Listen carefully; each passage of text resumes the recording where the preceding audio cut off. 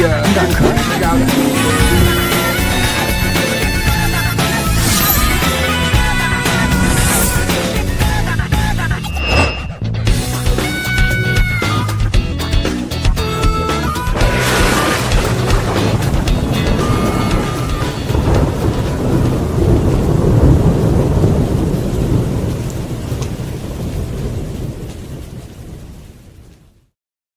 everybody, I am Tommy and you are on the lifeboat. What's happening? Let's say hi to some people. What do you think? Heather Rhodes, good to have you. Kestrel 42, what's happening? Anna Strews, I'm glad you're here. Smidge of Snow, Barbara Aldrich, Clifton Ferguson. You know what? These comments hurt me more than any other because I should have been out and I should have been talking to your kid. I should have been talking to a lot of other people too. I knew I wanted to do this a decade before I did it. And I just didn't do anything. And I continued to stay on dope. And those are comments that I feel. I really do. Lacey Silver, legal live wire. In fact, I said to the judge, someday I'm going to get comments just like that. I swear to you, I said it to him. I'm like, I don't understand why I need whatever. He did what needed to be done. Just Joan. And I did need to go to prison. Roberta, Kristen, Melinda, Anthony, Nelson. How are you, Anthony Nelson? Welcome, Roberta. Blessed. TCO. How are you? I'm glad that you are here. Incarnasoul, what's happening? Good to see you, Incarnasoul. You are Soul. Good to see you. Souls everywhere. Diane, how are you? Diatonic, I like it. Feisty Kitty, Mindy. Danette McClure, good to see you. And from Massachusetts, Allison Metcalf Palumbo. From Cult to Living Freely. I'm here because it said LDS, the cult I was raised in. Well, we're going to start this process. There's something about Mary. Good to see you. Sweet Liberty. I'm glad that you are here. Turd Ferguson, what's happening? You know who that is, don't you there? That's the old ball and chain right there. That is the Wiffle Pop to be. Funky Mama, a.k.a. Cindy. Good to see you. Hey, John, I'm glad that you're here. Meredith Lynn, thank you for stopping by. I'm so glad you're here. That is my fiance, people. It's the woman I'm going to spend the rest of my life with. Mary E. Barons-Oni, I'm glad that you're here. Subi, good to see you. Subi, Smidge of Snow. Just Pauline, always lurking. Well, I'm glad that you're saying hello. All right, people, let's, I'm going to do a bit of a trigger warning. To start this thing off, we'll do a bit of a trigger warning. That's my brother Johnny, you know. I really want to do a trigger warning on this, and I'll tell you why. I'm going to start with this. There are people on this planet that believe that somehow a man put two of every animal on Earth in a boat to save them from a great flood. There are people on this planet that believe that the savior of the planet was born to a virgin. I don't pick on people's beliefs. I don't. So if you want to believe that Joseph Smith found plates and that those plates were the basis to the Mormon religion, I'm not here to hack on that. Every single religion, when it comes right down to it, boils down to faith. You have to have faith because none of these religions are going to put all of this in front of you as if it is science, with the exception of maybe Scientology. And we know how well that one works out, right? So I'm not here to pick on people's faith. I'm not.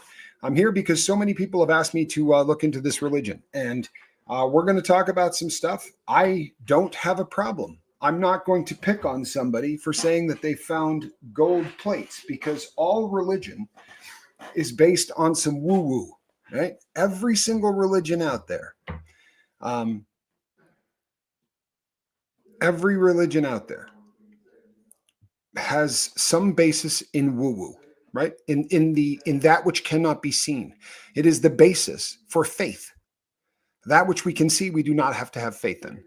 So in order for you to be a believer in almost any religion of sorts, unless it's something of your own making, and that's fine. I have nothing but respect for everyone's religion, including those of the LDS faith. I have been a resident at one time in my life of Salt Lake City, Utah. Lived at 7612 South, 2700 East. Lived there for a chunk of time. Did a lot of work with a lot of Mormons. One of my best friends on earth for a long time. I was the best man at his wedding. He was a Mormon, came from a very large Mormon family. I worked in industries that were as basically, for all intent and purpose, I was the only person around that was not a Mormon. And that worked that way for a long time. And I love how they treat one another. I love how they, I love the image that we see of the Mormon, the amazingly kind Mormon person. Now, all of that said, we're going to talk about some facts. And for some people, these facts may be uncomfortable. I'm going to be respectful, I promise you, but I'm not going to BS either. And we're not going to sort of allow for any of it. The parts of this that require faith, you're not going to hear me picking on. Quite simply put, there are a lot of things that require faith on this planet. In fact, almost all of the great ones, right? You can't touch love. You can't feel it. You have to believe that your partner loves you. You have to believe that your partner is going to be faithful. You have to believe all of those things based on faith. And I think that faith may be the greatest thing that we have as human beings. I'm not here to pick on anyone's faith. You have my word. I want to talk about David Nielsen. Do you guys know that name? If I said put a 2 in the chat if you've heard of David Nielsen, or if I said put a 3 in the chat if you have not, I'm guessing we're going to see a lot more 3s than we're going to see 2s. And I'm guessing you probably thought I was going to leave with some cat named Joseph Smith, but we'll get to Joe. David Nielsen worked for a company called Ensign Peak Advisors. If I said put a 2 in the chat if you know who Ensign Peak Advisors are, and a 3 if you don't, I have a feeling we're going to see a lot more 3s than we see 2s. Ensign Peak Advisors is the secretive financial arm of the Mormon Church. In 2019, Nielsen came forward with a shocking evidence. This guy was a whistleblower at a company called Ensign Peak Advisors. In 2019, Nielsen came forward with shocking evidence that the church had stockpiled $100 billion in hidden funds, money that was collected from faithful members under the promise that it would be used for charity and humanitarian efforts. Instead, it was hoarded, invested, and never spent on what members were told it was for. The church's response was to deny, deflect, and deceive. Again, this has nothing to do with anybody's faith. This has nothing to do with the people in this church and what they believe. This is just theft. This is just a religion that doesn't want us to know that they have stockpiled a hellaciously large amount of money. How did they get away with this? As it turns out, first, the church denied, deflect, and deceive. The truth was later confirmed when the SEC fined the LDS Church and Ensign Peak $5 million for using 13 different shell companies to hide over $32 billion in assets. Their response was, well, we did tell everybody about all of this money. They told everybody about this money in companies that didn't exist. Shell companies that didn't do anything, but was a way to hide the money for one reason and one reason only. They don't want the world to know they have $100 billion. Now, you know something? You have the right to not have the world want to know how much you're worth. If you're a human being, you're all good with that. In fact, if you're a business, right?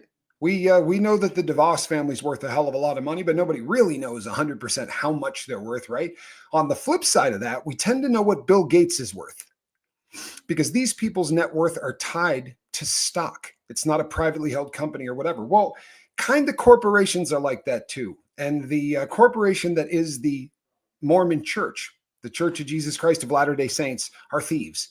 I'm sorry. In terms of what our government has set up for how tax-exempt companies work, they went really hard for decades. This was not an oversight.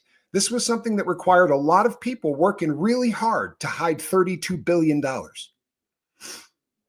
Now, in the big book of the Bible, the not the Mormon Bible, but the one that most people refer to as the Bible, there's a part in that book where someone says, basically, I'm paraphrasing, but why should we give anything to the government if the government is dirty anyway? And the response was, render unto Caesar what is Caesar's. You owe taxes, you pay it. Right? That was the Lord that they say that they believe, right? Because they're the Church of Jesus Christ of Latter-day Saints. You would assume that this would be kind of in line with that. This started the beef of me wanting to go down this rabbit hole. I read an article that said that this guy came forward and said, no, listen, I've sat in on meetings when they talk about screwing over the government of the United States and making sure that they don't find out how much money the church has. That's a problem for me. That's a problem for me. It doesn't really line up with what most people think about when they think about people who are living a virtuous or a, whatever you want to call it, Christian life?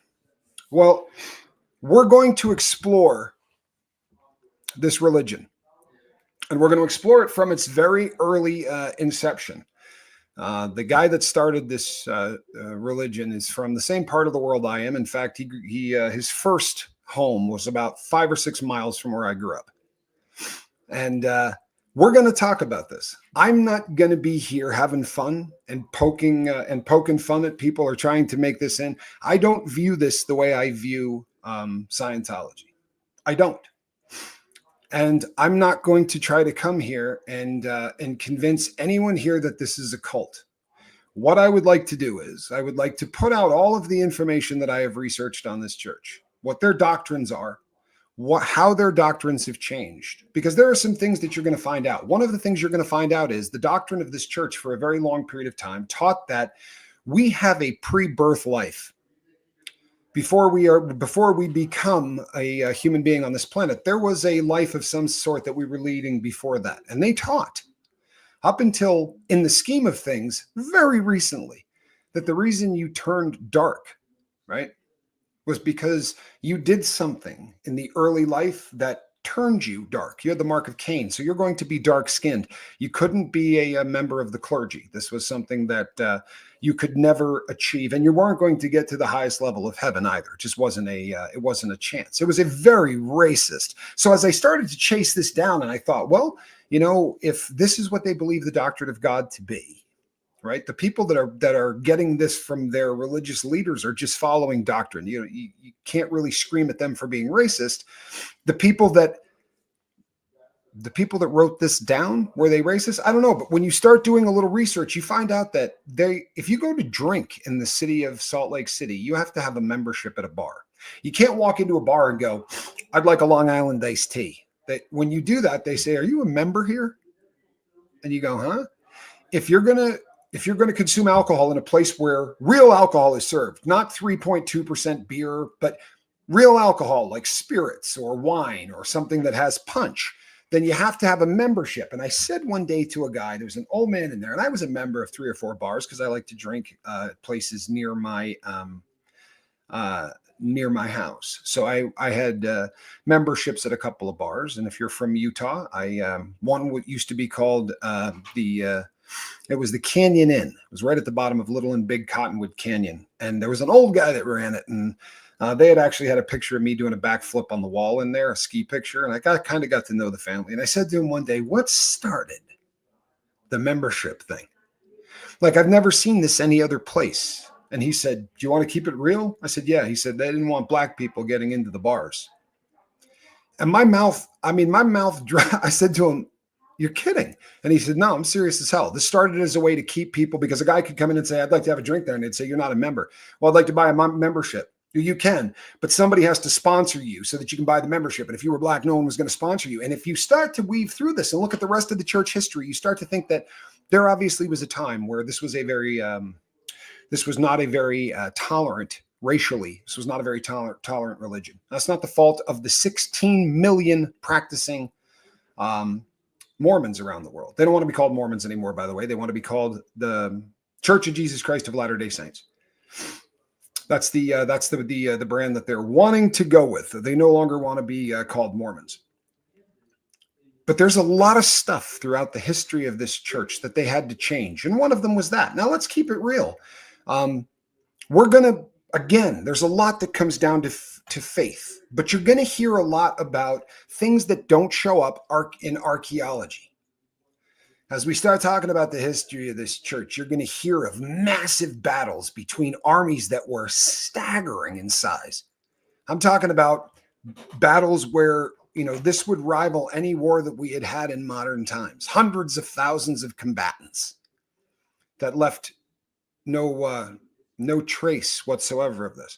One of the largest DNA gatherings, genealogical collections on Earth is the property of the Mormon Church. Now, the reason for this is kind of unique. Unlike other religions, Mormonism, or the LDS religion, allows you to baptize people by proxy. So let's say I become a Mormon, And unfortunately, I didn't become a Mormon until I was 60. Then the rest of my family kind of missed the window, and I'm never going to see them again in the afterlife. However, I can baptize those people through proxy. And I'm not picking on this because, again, this requires faith. I don't have a problem with anything you have faith in. You want to believe in whatever you want to believe in. I don't have any problem with that. But they believe that you can do now this offends some people in a big way because they don't do it the way that I just suggested. What they do is completely different. They just go, sorry, folks. They just go and check out graveyards. You can listen to all kinds of people who are LDS that said they would go to graveyards and write down the names of people off of gravestones. And you understand that this is a beautiful concept. You're trying to give somebody an opportunity to get into heaven who already missed. And they say, according to their faith, you would have the ability to turn it down or to say yes to it. So they're not forcing anyone in. However, if your faith is different, if you're a Jew and they're coming in, to Holocaust graveyards and writing down the names of people that they're doing baptisms for, it offends a lot of people. It doesn't offend me, to be really honest with you. If somebody wants to do a baptism for a dead family member of mine, I don't believe that it has any juice. There's no faith for me that that's doing anything. But if it's helping that person with their beliefs or whatever, and what if they were right? If they were right, then my family members have the opportunity to say, yes, I'd like to go with you, or no, I'll just hang out here. Who cares? There's going to be a lot of who cares. As we talk about this church, there's going to be an awful lot of who cares. The David Nielsen things, this is a fact, right? There will be people that apologists, you guys know what an apologist is? Apologists are the people that will come and say, let me explain to you my religion because you're kind of wrong about it. And there are going to be Mormons, LDS, people of LDS faith who are going to hear this and say, all right, let me tell you how you screwed up on all of this. If you want to do that, and what I screwed up on is a factual thing, like this guy's name ain't Dave Nielsen, or the Securities and Exchange Commission didn't actually write a report saying that you guys had cheated as a church, because they have. Now, if someone wants to call me on something like that, that's fantastic. What you want to tell me is that the prophet is right because of a faith thing, that's okay. I don't have a problem with anybody's faith, and I'm not here to hack on it.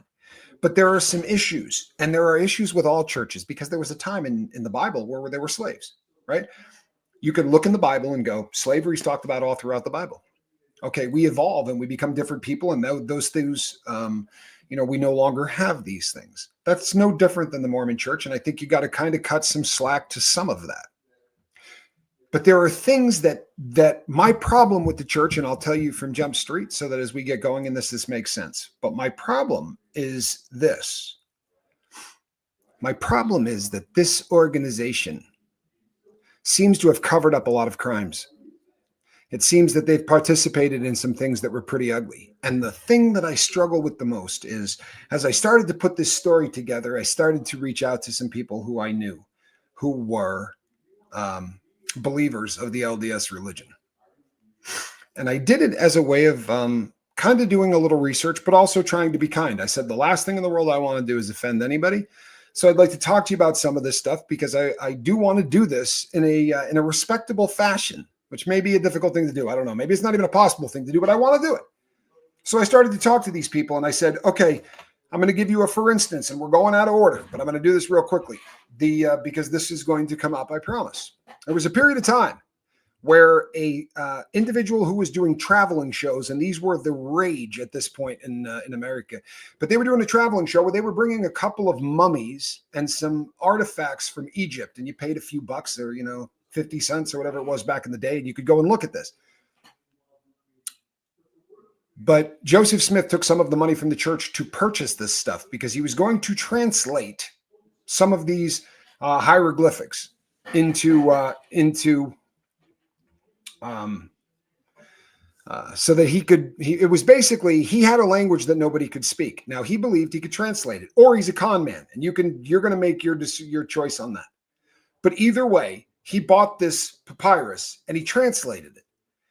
This was prior to the Rosetta Stone. And I'm not trying to be disrespectful to anybody. If you don't know what the Rosetta Stone is, if I'm patronizing you, we have a lot of people that are going to watch this, and some people are going to have heard the name 100 times and not know what the Rosetta Stone was.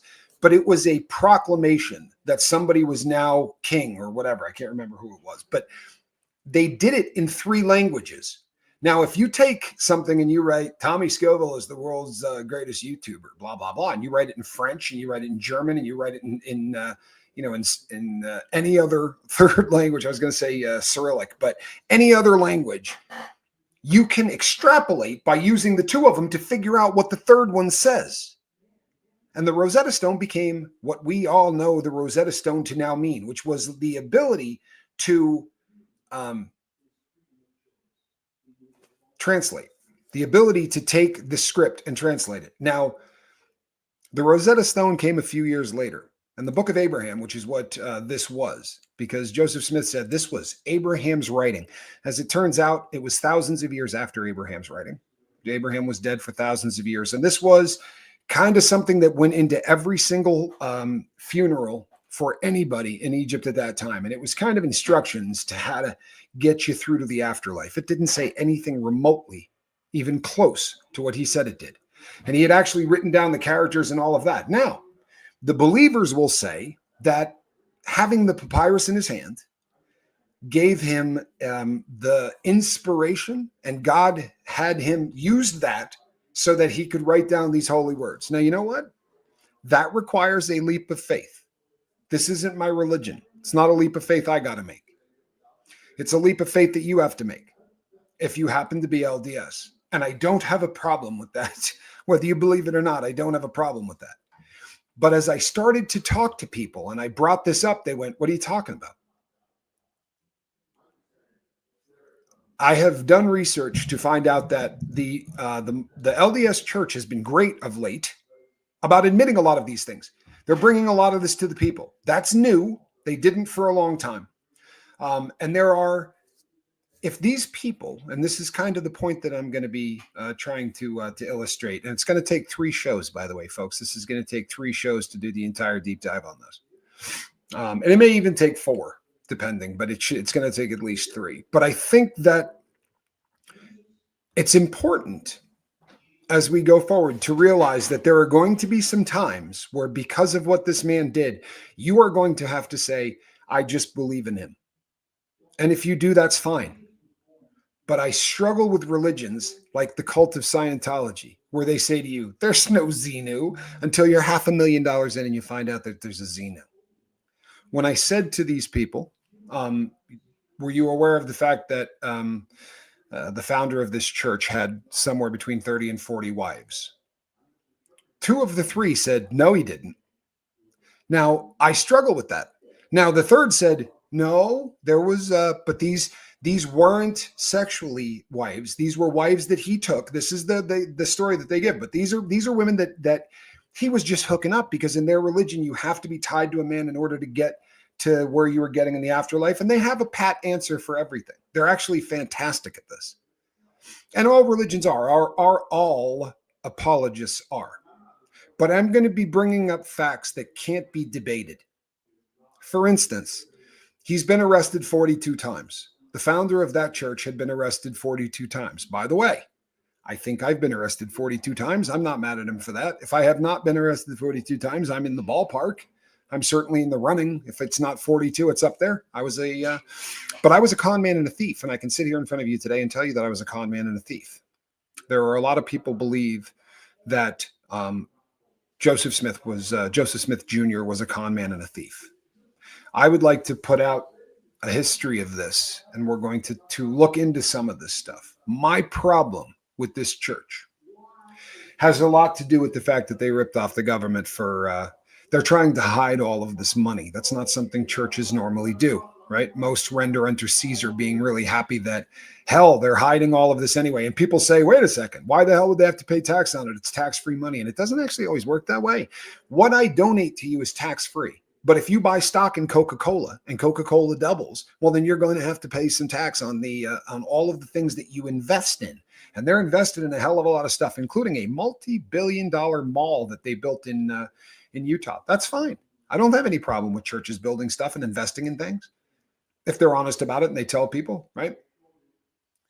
But there are going to be some things in here that a lot of people who are LDS probably don't know.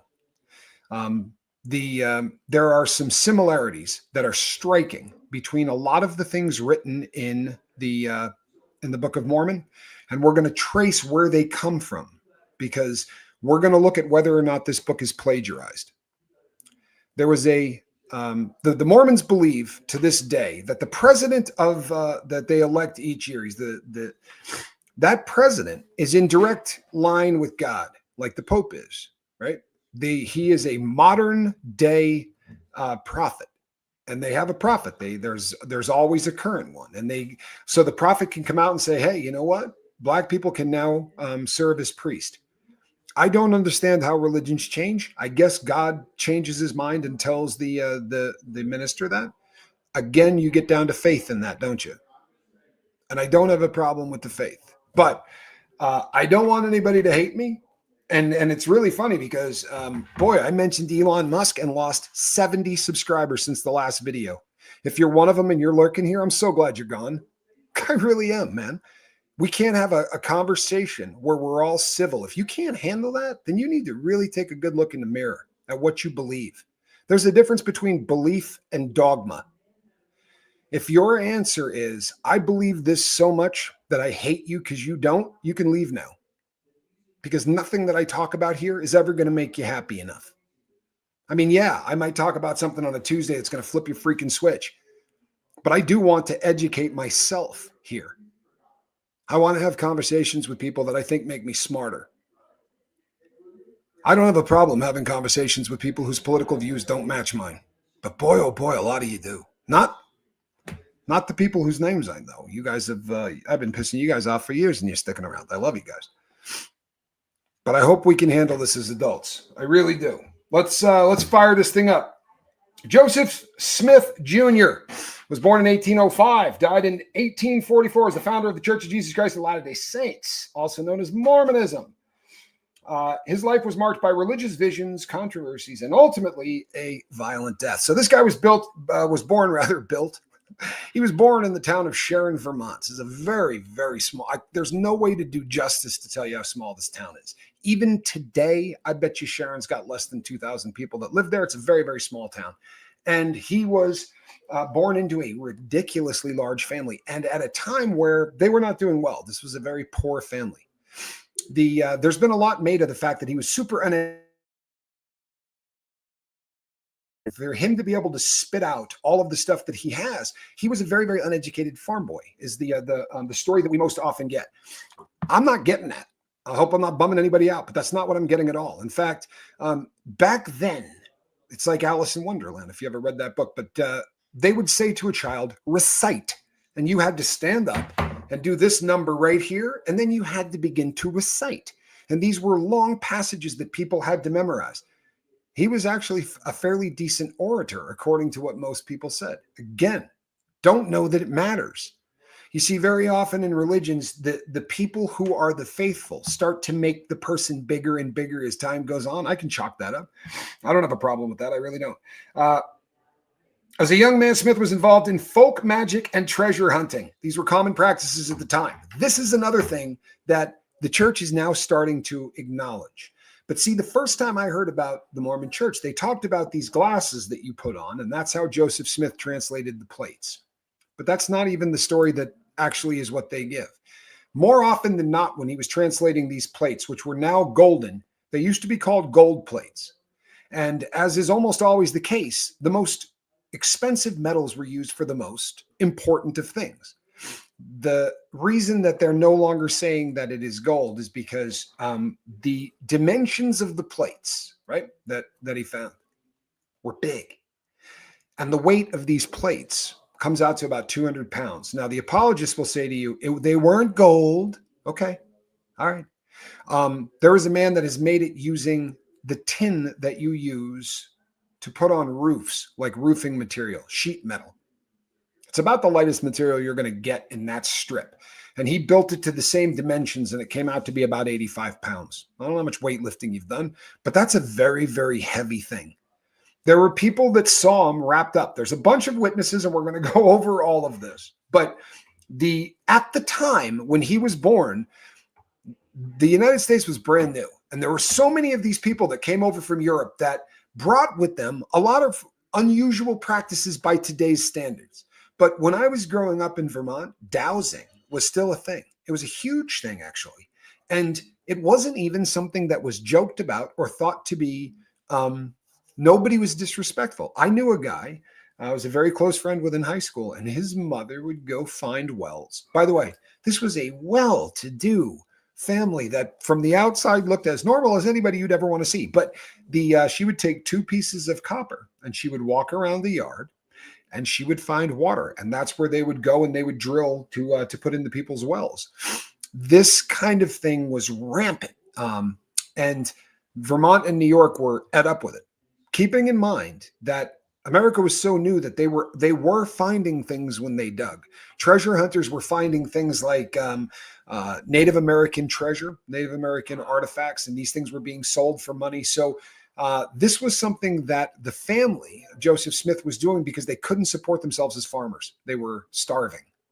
So they moved to Palmyra, New York, right? And there they called it the burned over district, right? And it was because it was literally on fire with all of these different sects, like the Quakers and all of these religious groups that were over the top in their worship. They again, not judging any of them, but they were all very charismatic. You had people dancing with snakes. You had people that were doing a lot of religious fervor was kind of firing at the time. And this is the world that Joseph Smith was growing up in. He was very into treasure hunting and by all accounts was helping to support his family doing it. Never actually found any treasure. And this is another one of those situations that a lot of people in church are not familiar with, because it sounds very voodoo-ish, and I think the church likes to downplay it. But Joseph Smith would translate the plates that he found by putting a rock, a sear stone, in a hat, and putting the hat up to his eyes, and the words would appear on the stones, and he would call those out, because he was illiterate, he would call those out to the people that were then writing it down, the people that were scribing it, or so goes the story. But it's a convoluted tale. And I think you have to look at this through the lens of what was going on at that time in this part of the world. There were so many people that were going into this treasure hunting thing, seer stones, dowsing, the belief in things like fairies and the belief that there were in the ground. I'm going to use the word gremlin for lack of another way to put it, but there were spirits of sorts in the ground whose job it was to keep you from getting the treasure that was buried. I bring this up because this man got busted for this. He actually got taken to court for it. He was called a glass looker, and it was, believe it or not, a crime at the time, because there were so many people that were conning people out of money by saying that they could look into stones or look into glass and actually divine things. Hold on one second. I missed something here.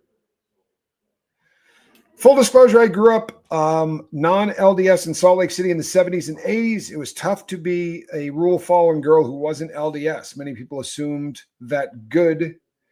Let's see here. LSD, you said. I'm sorry. I was raised Quaker, the Religious Society of Friends. I attended LDS religious education classes and services with friends and invited them to join me. My best friend today is one who came. Well, there you go. I spent a lot of time in Salt Lake City, and I worked in the business opportunity and multi-level marketing industry. And it is 2 of the most heavily Mormon-dominated businesses that you would ever come across on planet Earth. I worked with a lot of Mormons, and 2 or 3 of my best friends on Earth are LDS. In 2 of the 3 have left the church, would refer to themselves as Jack Mormons. The other is still as devout as anyone you will ever meet. At age 14, Smith claimed he had visions of God and Jesus Christ, who told him that all existing churches were corrupt. In 1823, he said an angel named Moroni directed him to golden plates buried in a hall near Palmyra, New York. He later claimed to have translated these plates into English using seer stones, publishing the translations of the Book of Mormon for the first time in 1830. Trouble is this. It's not exactly the truth. And I read that on purpose because it came out of a history book. And that's the history book version of this. But when you really start diving into it, what you find is this. Yes, when he was 14, he had this experience. And the first time he tells the story of the experience, there was a bright light that appeared, and there was one person. The next time he tells the story, there were two people. And the third time he tells the story, those two people were the Father and the Son, God and Jesus Christ. That becomes an issue for a lot of people because normally these kinds of stories don't change. And normally they also don't take over a decade. The first appearance of this comes in his journal. When this happened to him at 14, he didn't tell anybody. By all accounts, he didn't really start to tell this story for about another dozen years. Thank you. I got that. I did. Thank you so much. I agree with you. I appreciate you all, regardless of religion. We all deserve respect. And I'll tell you something. There's just no way to get around the fact that religion is based on faith. That's it. Religion is based on faith, and it is always going to be. But so he goes. That same year. So Smith ends up finding a sear stone, and this was a very big deal. He used another girl's stone, put it in a hat, looked at it, and it told him he was going to find a seer stone 150 miles away, partially buried under a tree. The stone would be half under, and he brought this back. He went out and got it. They said he was gone a few days.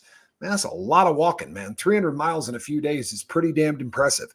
But he was gone a few days. He came back with this white seer stone, and the white seer stone also helped lead him to a brown and black, almost like a tiger striped kind of seer stone, which ended up being the two stones that were used to translate the plates that were the Book of Mormon.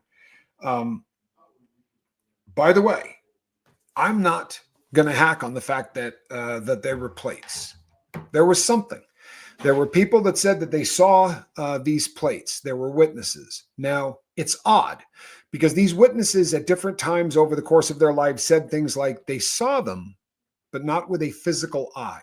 They saw them with a spiritual eye. And unfortunately, this becomes difficult from just the casual observer. And this is where the faith versus not faith really starts to become an issue. Because we don't have these plates. They're gone. They were taken back by God. Now, again, I don't have a problem with the miraculous. I don't have a problem with the faith. So the plates have been taken away. But the trouble is that the people that saw these plates or saw some version of them, by that I mean his wife talked about moving them. They were always covered in something, but she would have to move them around to clean or whatever, and she never looked at them. It's a lot of weight to move. He also claims he ran 3 miles with these things under one arm. 200 pounds you're not putting under one arm. 100 pounds. I don't care who you are. And they say, well, he was a farm boy. Take Arnold Schwarzenegger. Trust me, I did a lot of weightlifting. To put 100 pounds under your arm like a football and run 3 miles, getting away from 3 different people who attacked him. And we'll go over all of these stories slowly as we go. I really hope, against hope, that we're going to be able to handle this as a crew, because I care about you guys. But one of my promises for 2025 is that we weren't going to allow people with money and power to victimize other people. I struggle, and I'll tell you right now, my biggest problem with this faith is that I've been reading a lot about the ceremonies that go on inside the temple. And again, that falls into voodoo, whether or not you're going to a Catholic mass and they're doing the mass with incense and all that. This is all pomp. So this is the part of the majesty of religion, and everyone is different. They have a lot of ceremonies that they do inside the temple, a lot. But these people get blindsided. You're going to go in there and they're going to do these, you're going to make a decision for your soul for the rest of your life to dedicate yourself to a religion. And I don't feel like a lot of times we get full disclosure from these religions. In this faith, you have to give 10% of your earnings to the church. Now, in normal Christianity, they talk about tithing. Would you please calm down, kitty? There you go. They talk about tithing in every religion. They do not make it mandatory or pre-tax. You follow me? Heather Griffin, good to see you.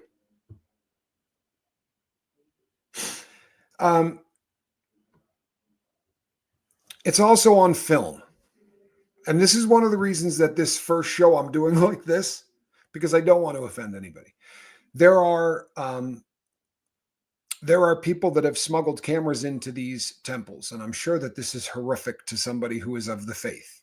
But I have watched temple ceremonies that have been recorded, and I'm not trying to bum anybody out. So if you want to run, this would be a good time to. I'm not going to do a whole lot of telling you the utmost secrets, but what I'm going to tell you is this: I recognized it, and I'm not Mormon. Did you catch that? What you guys were doing in the temple, I had seen it, but I'm not Mormon. A lot of other people had seen it. I had heard somebody describe it to a T, but I couldn't find the clip of film. And they're very similar. That's not even fair. They're almost identical to the first, second, and third levels of Freemasonry. The handshakes, a lot of the symbolism. It's Masonic in nature. It is almost verbatim. Now, again, you can still extrapolate that God wanted all of this as part of it. I get that. My problem becomes, and we're going to offend a bunch of people, but we're going to do it as nicely as we can. My problem, believe it or not, becomes how this faith treats individuals, right? We know that for a very long time until recently, they certainly viewed Black people differently than they viewed white people. That's an issue. But the way that this religion, the disparity between male and female, and I know what the apologists are going to say, because I have literally been working on this for months. But unlike a lot of other religions, and I think that this is worth mentioning, but unlike a lot of other religions, your husband will call you forth to the afterlife. It's going to be your husband calling you by a name that only he knows to bring you across the veil. And you know something? That to me seems, and again, I am going to make the case before this is done that a lot of the doctrines changed simply because they had to. I'm going to make the argument for a lot of the things that God told these people, like polygamy. When you go across the United States and guys keep getting picked off like this, one right after the other, if the faith is going to survive, polygamy starts to make a lot of sense, doesn't it? If there's just not enough men for the amount of women, because on the way out there, you've been getting run out of place after place. And again, the faithful will say, they were run out of there because they were being persecuted for their faith. The people on the other side will say to you, man had been arrested 42 times. And the Mormons, when they would come into a town, would come in as a block. There would be maybe 1,000 of them. 1,000 doesn't sound like a lot because we live in towns like New York City and Dallas, Texas. But at that time, 1,000 people was an army, and they were a voting block. And they would come in and they had very, very different ideas, and they got run out of everywhere they went. And there was violence. And we're going to go through this guy's entire story. He died a martyr's death. That's what they'll tell you. He died a martyr's death. I'm going to argue that point too. Martyrs, for the most part, aren't fighting back, right? We think of like the lamb to the slaughter, right? When we think of martyrs, we think of people tied to the stake and burned. We don't think of people who have a smuggled pistol that somebody smuggled into them in the jail, fighting back and killing 2 people while being martyred. Bit of a different story. And again, we're just going to spell all of this out. But when I finish this thing up at the end of the either third or fourth show that we do on this, by the way, I've got 2 people who I'm probably going to be having on as guests because I would like to give this as fair and balanced a look as I possibly can. But when this is done, what I hope, against hope, is that we gave this a really fair shake. I think There was a president of the Mormon church that said either the Book of Mormon, is either the divine inspired text of Joseph Smith and the backbone of this, or and it's the greatest document ever written, and that he was second only to Christ in terms of being the greatest human that ever walked this planet, or he was a con man and there is no center ground. I didn't say that. Somebody who was the president of the he was the prophet, one of the prophets of the Church of the LDS Church said that. But I disagree. I think that there's a possibility he could be both. And I'm going to make the argument for the fact that I don't think this man was a pure con man. I think that he believed a great deal of what he was saying. Doesn't necessarily mean I think the guy's an ace. And I think that we've gotten to a point that this organization has spawned the likes of Jody Hildebrand. This organization has come up with some doctrines like, you know what, when you come back, if you've done everything right, you're going to have that beautiful white skin. Can you imagine teaching that someone 20 years ago, that if you were black, man, if you did it all right, when you get where you're going, they're going to make you white and life's just going to be, how effing disturbing is that? When the Hildebrand case was going on, Jody Hildebrand's niece, who was a member of the LGBTQ community, we played some of the video of her. She's an absolute hero and just an eloquent, but the people are going to say that's not LDS, right? That's the worst of the worst. The LDS Church was paying Jody Hildebrand to do marriage counseling. The number of men that she came in and said, have you ever watched a pornographic movie? Any of one? You ever seen scenes? Have you ever watched any pornography? If your answer was yes, you were done. She was going to destroy your marriage. She was going to rip your marriage in half. And if the answer wasn't yes, she told you that you were a liar and then ripped your marriage in half. And she did this being paid by the church. Do you remember that massive, disgusting house that she had where she was keeping people in a vault that she built in the basement for just such a reason? The way that hustle was going is that the bishop would say, you need marriage counseling and we'll pay for your first couple of sessions. And then they would shoot her directly over to Jody Hildebrand. There's a lot of disturbing things that have been done in the name of this church. And I don't mean Warren Jeffs.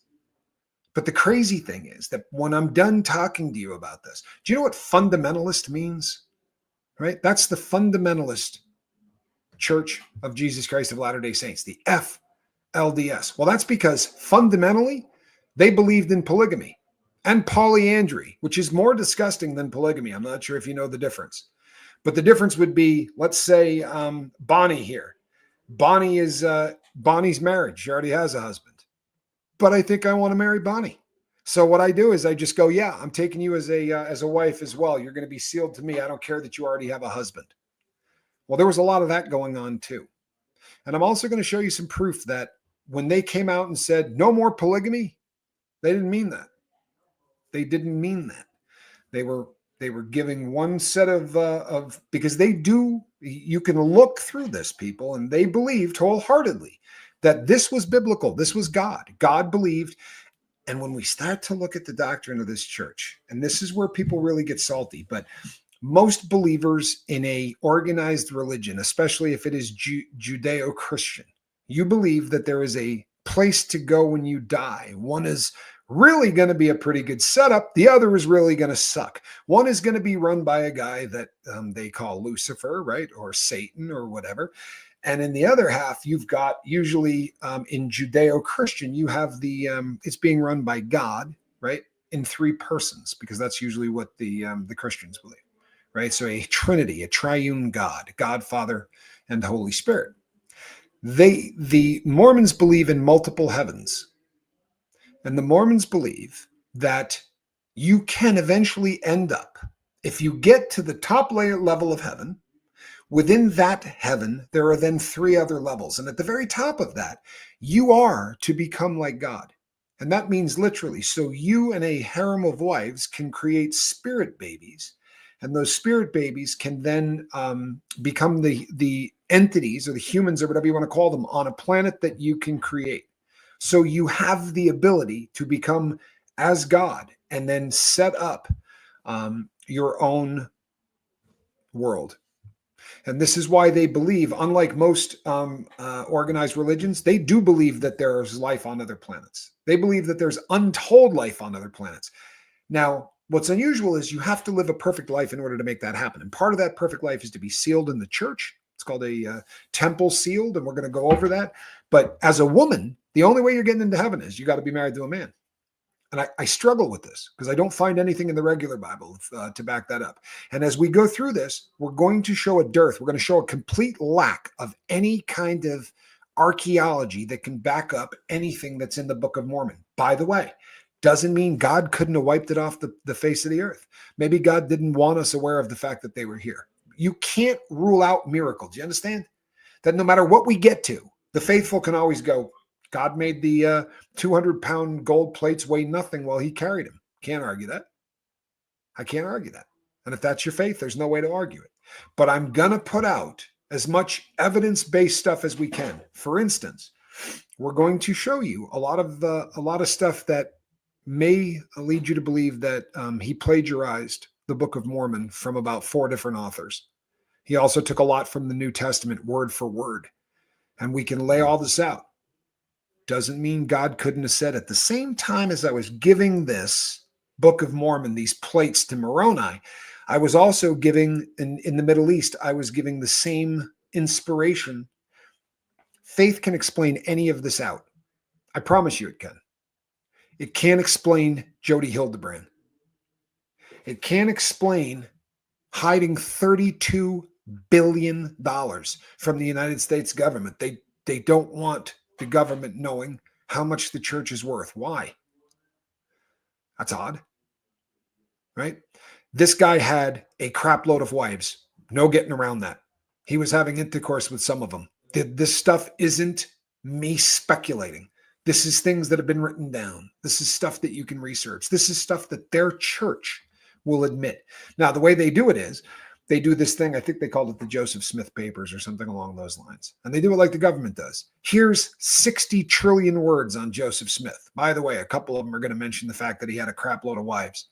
They're also going to talk about the sear stones. They're going to talk about the fact that he had been tarred and feathered.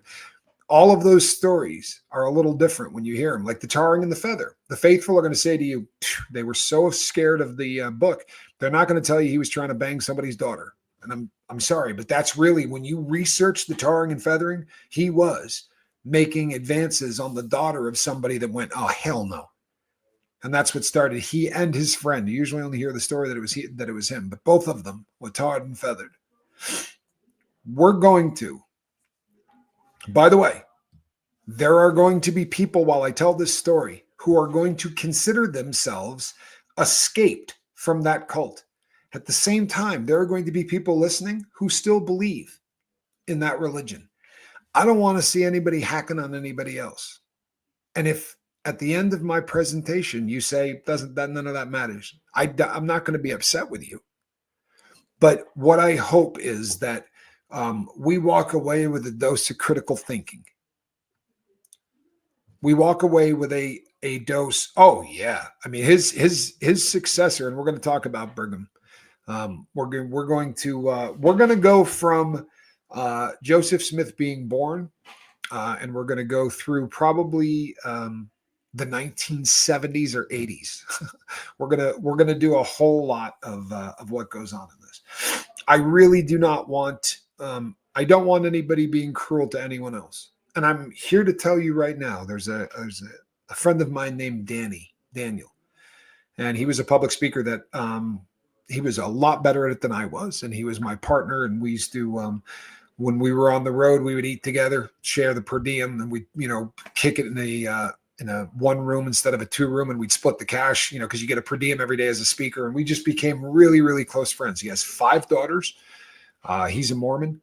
We have had, I'm talking about, 100, 200 hours of sitting and debating this stuff, and never ever did it hurt our friendship. We can act as adults. I promise you. Not all of us. I'm going to get hate mail for what I already did. I promise. There are going to be people that I just offended.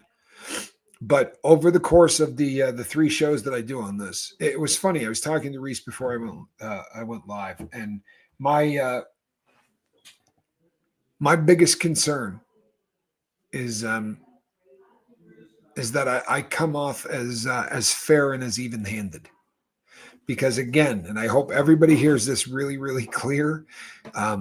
If you believe in a burning bush, or you believe that somebody walked on water, I'm not here to pick on anything you believe. My issue becomes, if you think the Bible is bullshit, I'm not going to give you any crap about that either, right? However, you can go and say, historically, this happened. There's archaeology that backs up the Bible. It doesn't back up that Jesus walked on water. That requires faith. It doesn't back up that he rose from the dead 3 days later. That requires faith. But it does back up that all of these events were going on, that Herod was real, that they went and killed all of the firstborns. Like, these things happened. There's history. There's archaeology that backs this stuff up. There is zero archaeology to back up the LDS religion. Doesn't mean God couldn't have wiped that stuff out. But the story, so here it is in a nutshell, right? Here's what they believe. What they believe is that in Israel, you have the tribes of Israel. The lost tribe of Israel ended up coming to North America, right? Jesus then also came to North America, and the Book of Mormon is the story of Jesus Christ in America after he had been crucified, dead, buried, rose from the dead, and then came over here. And that's the story of the Book of Mormon, right? And when I was a kid, I used to say it was Jesus's North American tour. And I used to say it just to make Mormons upset, because I was a jerk. But that is basically what they believe the Book of Mormon to be.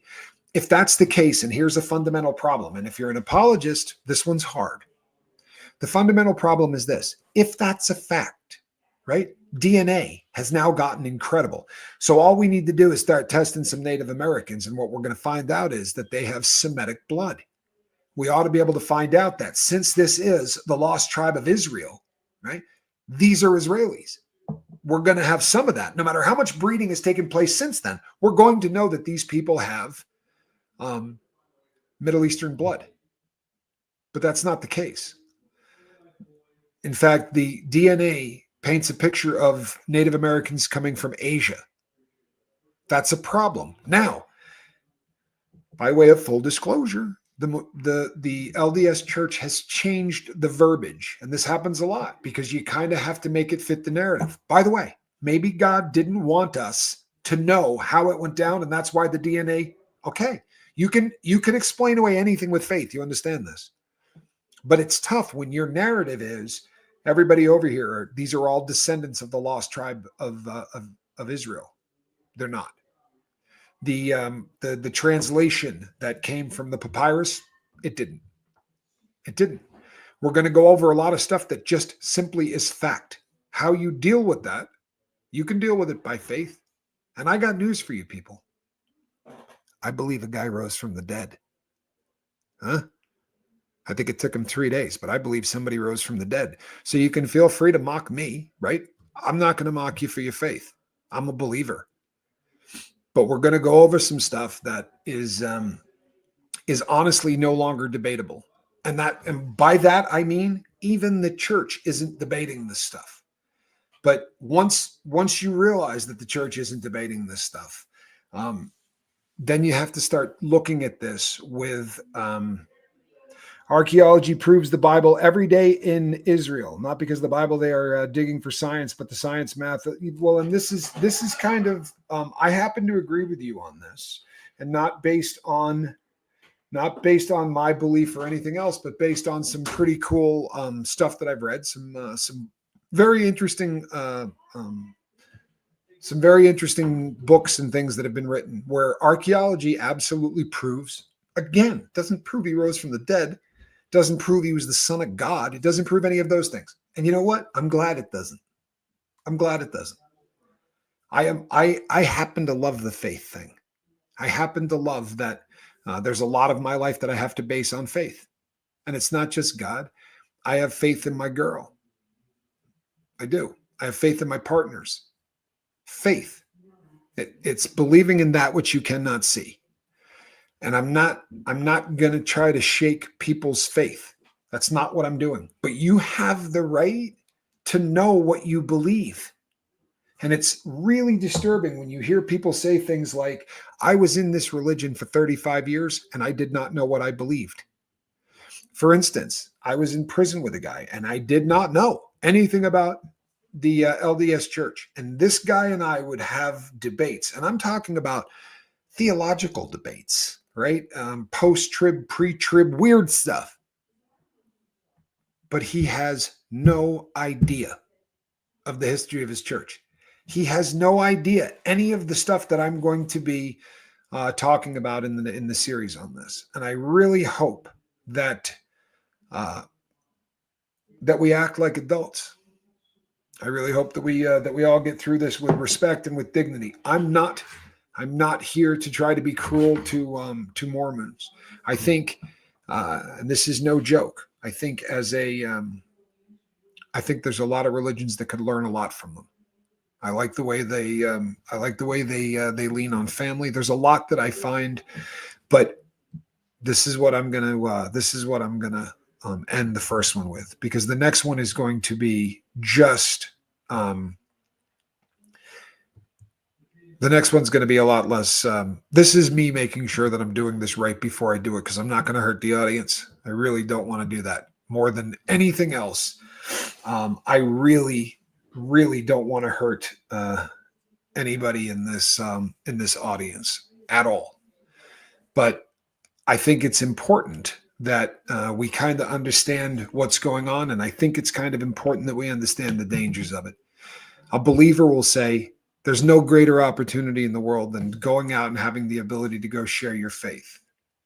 A cynic says, you're going to figure out who you are when you're like that 18 to 20 range tends to be a really important time. And if you can take someone out of the world and say, you can't read a newspaper, you can't go swimming, you can't go on a date, you can't go home, it seems very indoctrinated. And as I looked at this religion and I looked at how it works, they are very intensive with a type of indoctrination that leaves people. I get up every day and I thank God that I'm saved. And I know that there's nothing that I can do that's going to get me into heaven. I'm just lucky enough that I happen to believe that this man came and cleaned up my account. He can laugh at that, but it's important because it kind of makes sense when I explain that that's not what they believe. They believe you earn your way into heaven. So you have to go out, you have to do these things, and you got to do the all of these works that you have to do if you're going to kind of matriculate your way through the system. But when I would talk to individuals and they don't realize there's three heavens, if you're in a religion that you think has one heaven and one hell, and they haven't told you that there's three heavens, or you're not deep enough, that's a problem. I'm very nervous by any organization that wants to keep the people in that organization ignorant. And there seems to me to be a very serious push from this religion to keep a lot of its history quiet. My faith will hold up. I hope yours will, because we're going to do this, and I really hope that I don't hurt anybody's feelings. But if 70 more people leave, I lost 70 for saying that I thought that Elon Musk doing an audit on this country wasn't such a bad thing. 70 of you candy asses left over that. Not you guys. God only knows what this will do. I mean, I'm stepping on someone's religion, but I'm not stepping on someone's religion. We're going to talk about the history of Joseph Smith. We're going to talk about all of the places that the church says this, history says that. We're going to go over all of these things. I'm going to be as respectful as all get out. We're going to have a couple of guests that come on. And by the way, we're going to be going through, there's going to be 3 or 4 religions that we talk about this year. And the common denominator in every one is that they are considered cults by most of the country. I'm sorry to tell you this. There are 16 million people who call LDS their religion. But there are about 50 or 60 million people in this country that believe it's a cult. It is an overwhelming kind of belief at this point, because when you do start to deep dive this, you get and I don't want, if you guys have ever seen South Park does a show on this, and as they're talking about what what the Mormons believe, there's a guy going dum dum dum dum dum dum dum, like they're all dumb, dum dum dum dum dum dum dum. We believe this, dum dum dum dum dum. If we start going down that road, then we'll go back to talking about Diddy. I don't want to hurt anybody's feelings, believe it or not. I really don't.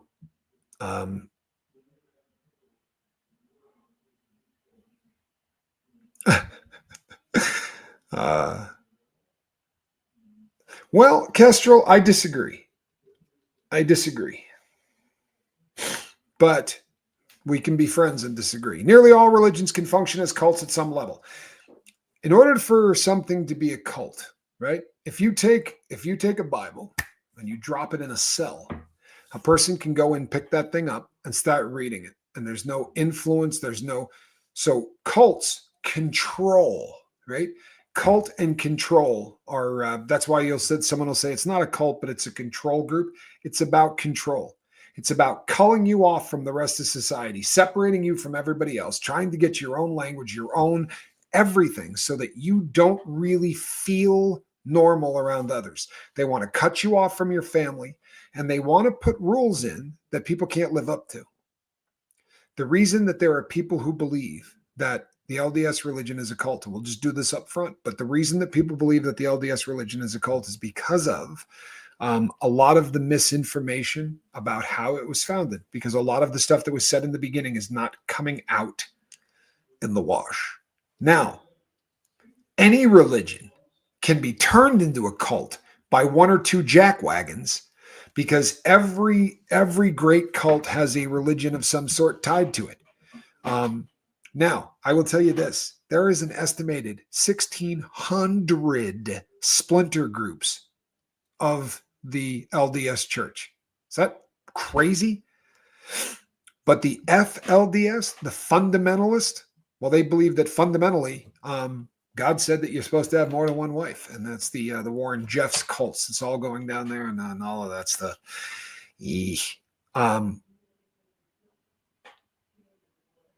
Hold on one second. I missed something here. Treat me right. I would like more than anything. Yeah, 16 million is what they're saying now, is that there are 16 million people. I don't know exactly how many there are, whether there are 16 million LDS members or not. I'm not sure. I know this. I know that in the age of the internet, it's getting a lot harder for young religions to survive. And LDS is a young religion. By comparisons to all the others, it's a very young religion. Scientology is a wildly young religion. Both have been severely attacked by South Park. Both have really huge movements against them online. And both like to come out and say, here's what you're told, and here's what's the truth. We're going to do that here as kindly as we can. We're going to do it over the course of either 3 or 4 shows, and there are going to be some guests that go along the way. Interesting. Almost all of them. Now, there are cults that just use the Bible, but you're right. Most will add another book. But look at Jim Jones, the People's Temple. The only thing he was speaking out of was the regular Bible. Now they bastardize it. That's like David Koresh and the Branch Davidians. He was speaking out of the Bible, but for all intents and purposes, he blew off everything from Genesis all the way to Revelation. He did almost all of the preaching that he did just out of the book of Revelation. A lot of doomsday cults are real heavy into the book of Revelation because it predicts, it is allegedly, if you believe it, it is John of Patmos gets to look into the future and sees the ending of the earth, the apocalypse. And that's what's described there. And there's a lot of people that really get into it. There's an interesting take. I think the internet is the reason they're starting to tell the truth about religion, the origins of prophets, actions. They can't hide it anymore. I think that you nailed that. I think that you nailed that.